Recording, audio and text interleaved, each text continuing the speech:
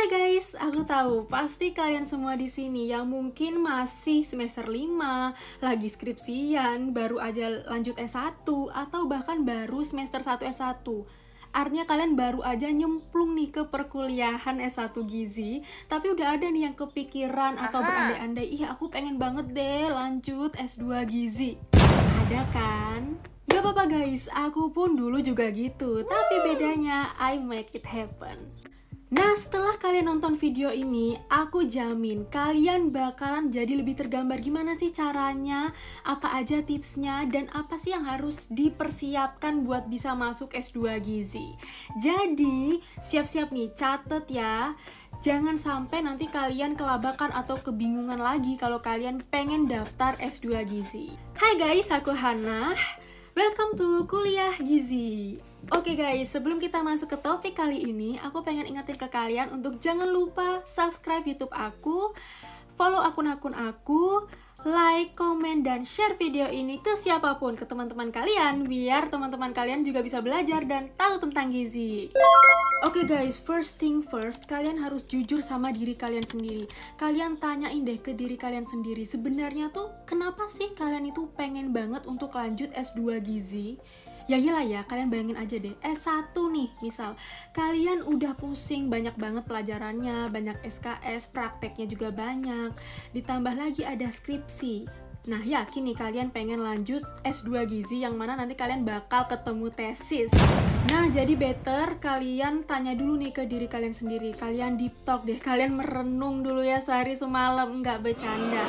Nah apakah mungkin alasan kalian lanjut S2 Gizi ini karena kalian pengen upgrade karir, atau memang kalian pengen terjun ke bidang akademisi, kayak oh ternyata aku bercita-cita menjadi dosen atau peneliti, silahkan lanjut S2 Gizi.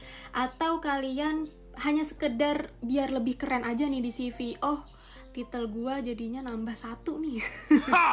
Atau ya cuma ikut-ikutan aja lah ya, FOMO sama kakak tingkat atau teman-teman kalian yang terjun di S2 Gizi. Hayo, jadi tanyain dulu ke diri kalian sendiri. Nah, kenapa sih motivasi dan tujuan itu tuh penting banget guys? Karena S2 ini tuh butuh banget yang namanya konsistensi jangka panjang. Nah, coba kalian bayangin aja deh ya, 2 tahun nanti kamu itu bakalan berkutat sama yang namanya kuliah, artinya memperdalam lagi ilmu yang kalian dapat di S1 itu.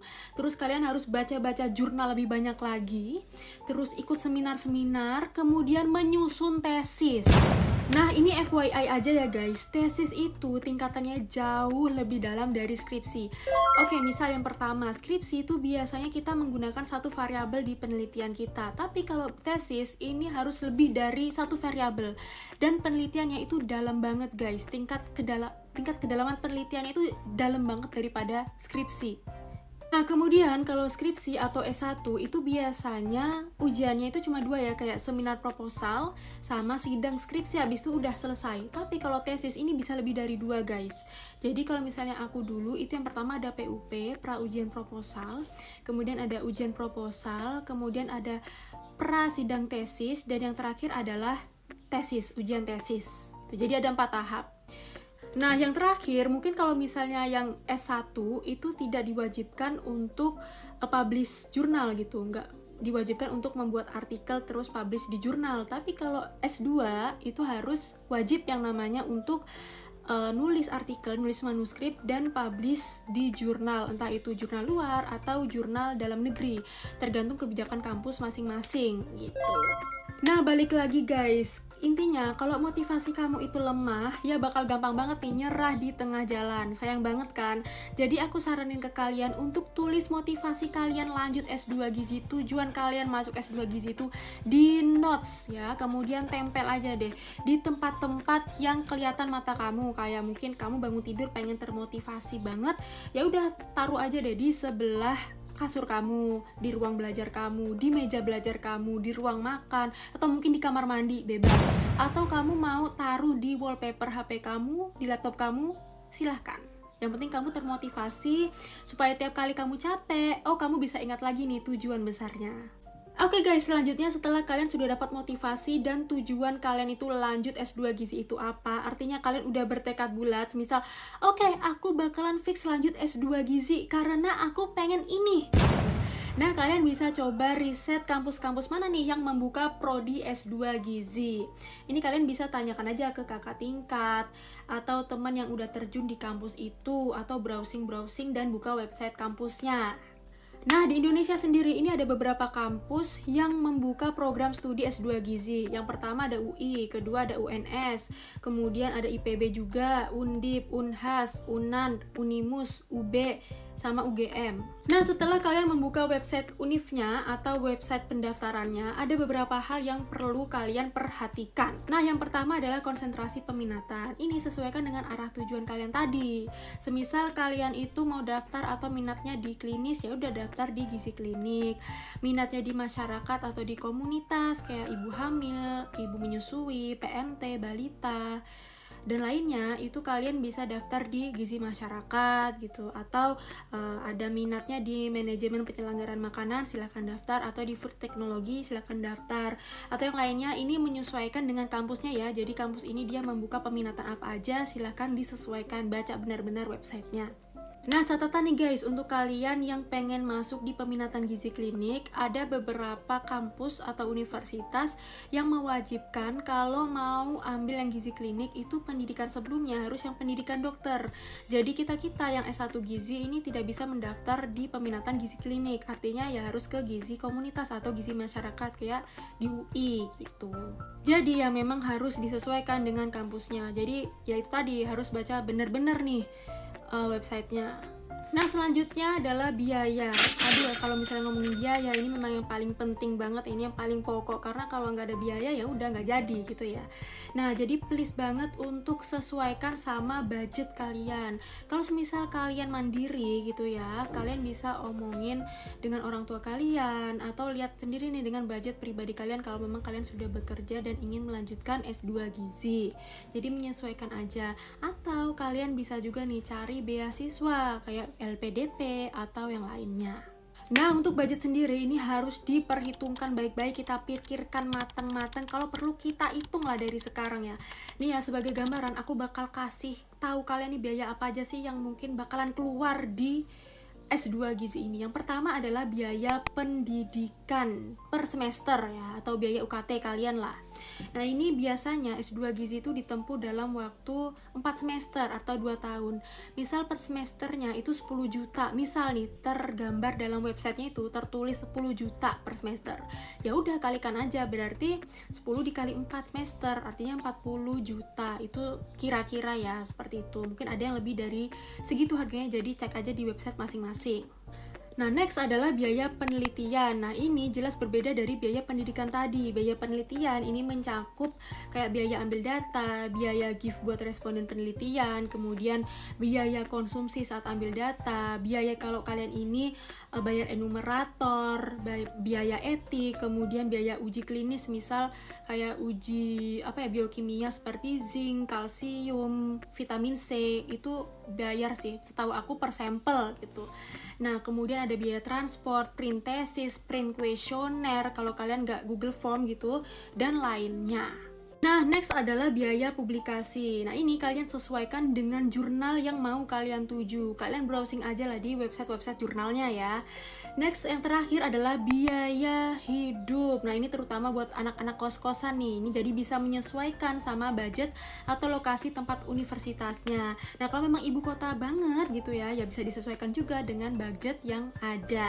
Oke guys, jadi itu terkait gambaran biaya ya. Aku harap semoga bisa tergambarkan lah ya.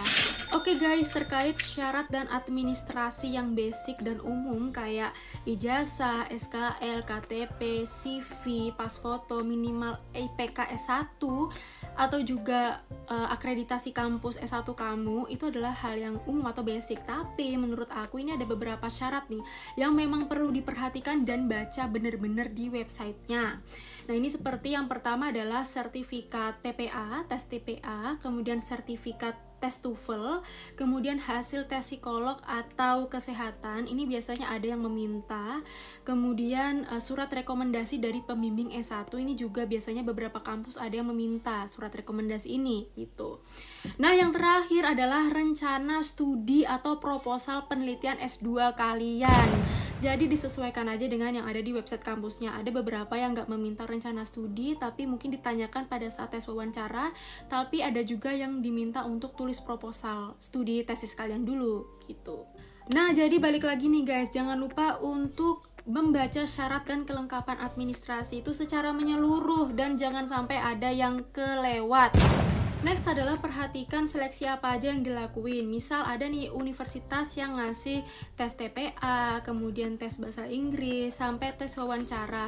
Atau ada juga yang universitasnya ini meminta untuk melampirkan tes TPA sama tes TOEFL tadi aja gitu. Jadi nggak pakai tes langsung gitu ya, tapi diminta melampirkan sertifikat hasil tes kalian sendiri itu ada. Jadi tergantung kampus masing-masing. Nah, ini harus dipersiapkan sematang mungkin dong ya. Misalnya kalian banyak latihan soal di mana aja, entah itu di YouTube, buku-buku, e-book, dan lainnya, itu banyak banget guys. Oke guys, next adalah waktu seleksi. Nah, ini dimulai dari waktu pendaftaran, seleksi administrasi, kemudian seleksi wawancara, sampai ke tahap lolos seleksi. Nah, kenapa sih ini penting banget? Karena ini tuh biar kalian bisa atur waktu belajarnya dan bisa buat target belajarnya itu waktunya kapan aja. Maksudnya tenggatnya itu sampai kapan gitu ya. Dan bisa memicu semangat belajar kalian. Oke guys, sebagai contoh aku kemarin ya, ketika aku mendaftar di S2 Gizi UI. Nah, itu aku sudah kepoin websitenya itu di Desember 2021. Nah, itu aku mulai baca dari syarat administrasi, kemudian jadwal seleksinya itu kapan, biayanya itu berapa, itu aku udah pelajari secara menyeluruh. Kemudian aku garis bawahi yang jadwal tadi ya gitu. Nah, aku buka itu Desember 2021, aku baca seleksinya dimulai dari pendaftaran itu atau seleksi administrasi, berkas-berkas itu di bulan Maret atau April gitu, aku lupa, Maret atau April lah ya misal. Oke, terus seleksi tertulisnya itu di bulan Mei. Kemudian seleksi wawancaranya itu di bulan Juni, pengumumannya di bulan Juli. Ini misal ya guys, ini misal, aku juga lupa gitu. Nah, artinya waktu itu aku pun menetapkan target. Oh, berarti sampai di pendaftaran dan juga seleksi tertulis, ujian tertulis, itu aku punya waktu 3-4 bulan untuk belajar. Nah, mulai detik itu aku belajar, aku buka YouTube. Jadi di YouTube itu aku mulai buka-buka tentang belajar TPA, bahasa Inggris gitu, semuanya aku buka. Kemudian aku juga buka motivasi dari yang sebelumnya sudah lolos S2 Gizi UI apa aja sih gitu. Kemudian aku juga lihat tes wawancara ini apa aja sih yang ditanyakan gitu. Jadi dengan begitu kita jadi bisa lebih semangat dan makin terpicu karena kita tahu nih bahwa waktu itu tuh kan terus berjalan guys. Jadi kita harus benar-benar mengalokasikan waktu sebaik mungkin. Nah, yang terakhir adalah berusaha dan berdoa. Dua hal ini adalah kuncinya guys. Jadi kalian jelas harus belajar dulu biar pede nih. Jadi walaupun kalian misal oh ternyata aku belum lolos deh gitu ya, belum lolos, belum keterima masuk di sini, ya seenggaknya kalian udah coba, udah berusaha, udah belajar dan bisa coba daftar di univ lain yang sebagai cadangan tadi gitu. Ya jadi nggak ada rasa penyesalan yang dalam banget ya karena kalian udah belajar dan udah mengerahkan kemampuan sebaik mungkin gitu. Nah, yang terakhir adalah berdoa tadi ya, berdoa, pasrah dan ikhlas. Jadi setelah kita sudah berusaha ngoyo, sudah berusaha semaksimal mungkin, sudah belajar pagi siang malam, tapi masih belum lolos, belum keterima, ya udah berarti belum rezeki.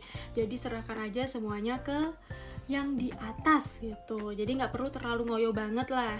Kayak aku harus masuk ini di tahun ini, di semester ini gitu. Jadi santai aja dan berpikirlah seperti oh kalau aku belum ditakdirkan lolos di sini pada waktu seperti ini, ya berarti ada di kesempatan lain dan di tempat lain, atau mungkin aku bakalan coba lagi nih di univ ini di gelombang lain karena kan ada yang gelombang 1, gelombang 2. Nah, jadi bisa dicoba lagi gitu.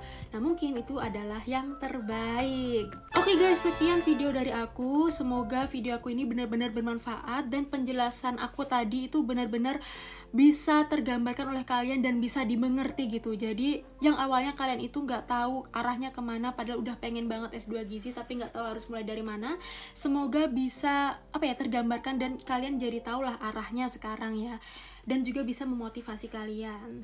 Nah, kalau dirasa penjelasan aku tadi itu masih ada yang kurang gitu ya, masih kurang jelas, kurang lengkap, kalian bisa tambah info sendiri dengan tanya ke kakak tingkat kalian yang udah S2 Gizi, atau teman-teman kalian yang sudah menempuh S2 Gizi duluan, atau ke dosen kalian, atau kalian bisa cari YouTuber lainnya lah yang menceritakan atau menjelaskan tentang S2 Gizi ini, biar kalian lebih tergambar lagi ya guys. Nah, buat teman-teman semua yang mungkin sekarang lagi menempuh S1 Gizi atau udah lulus S1 kemudian pengen banget memang lanjut S2 Gizi ini, semoga segera terrealisasikan dan dipermudah jalannya insya Allah ya. Jangan lupa belajar dan berdoa.